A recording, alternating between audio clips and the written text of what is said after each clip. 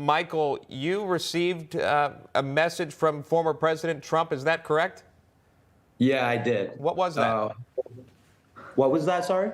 What was that? It's just a letter. It's a signed letter saying thank you for your unwavering commitment to the success of Team Trump.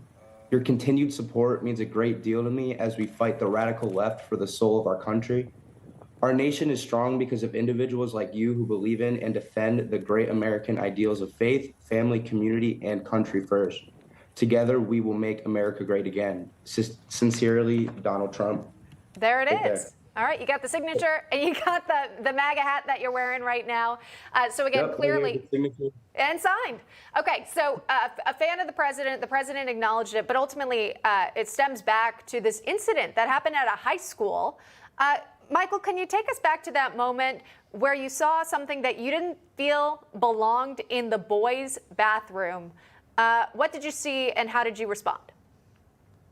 Well, first off, I saw something that typically does not belong in the boys' bathroom at all, especially in a high school bathroom.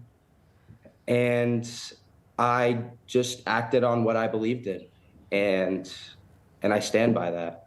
And Davis, you were in that bathroom as well when that happened. Can you describe that moment and maybe what went through your mind as well? And maybe did your thoughts align with your friend Michael? Yeah, no, of course my thoughts aligned. I thought it was ridiculous. I think most kids were confused as why this agenda was being pushed. And, so Michael, he acted on it. And I think most kids were proud of that and happy about it. And it kind of just snowballed from there. Wanted to welcome in now Austin, again, an attorney for the family. So, Austin, we're going to get into sort of the backlash that these young men have received. The principal of the school apparently sending out an email describing the actions to tear down this tampon dispenser in the boys' bathroom as, quote, the most egregious instance of vandalism and destruction of property in recent weeks. We have a list of suspects and believe we know who is responsible. There will be consequences. Apparently, the school put up this tampon dispenser after Democrats in the state passed a law requiring all schools to have menstrual products in at least one boys' bathroom. So, Austin, is that right? Sort of the motivation behind this initiative? This was a state initiative here. And then talk to me about Michael's actions and maybe the consequences he could be facing. 100%. Sure. First off, I am not an attorney, so just a friend of Michael and the family. But to go into what you're stating about the school leadership actions and to go back to the menstrual equity law that was actually passed in 2020 here in Connecticut, but does not go into effect until 2024.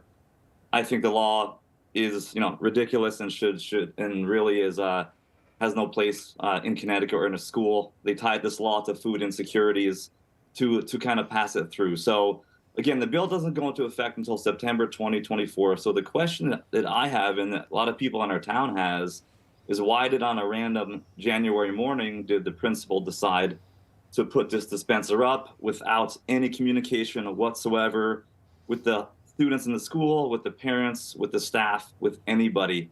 To me, it seems like, looking back now at this point, like it was done on purpose, to cause a stir, to cause a reaction as a form of political provocation to push an agenda that's coming from our state government.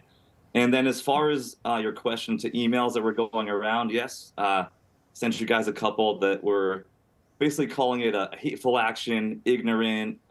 We've had Board of Ed members in the last couple of weeks call it bigoted and brought Donald Trump's name into this. So it's all just crazy agenda being pushed from a left government here in Connecticut. Yeah. Well,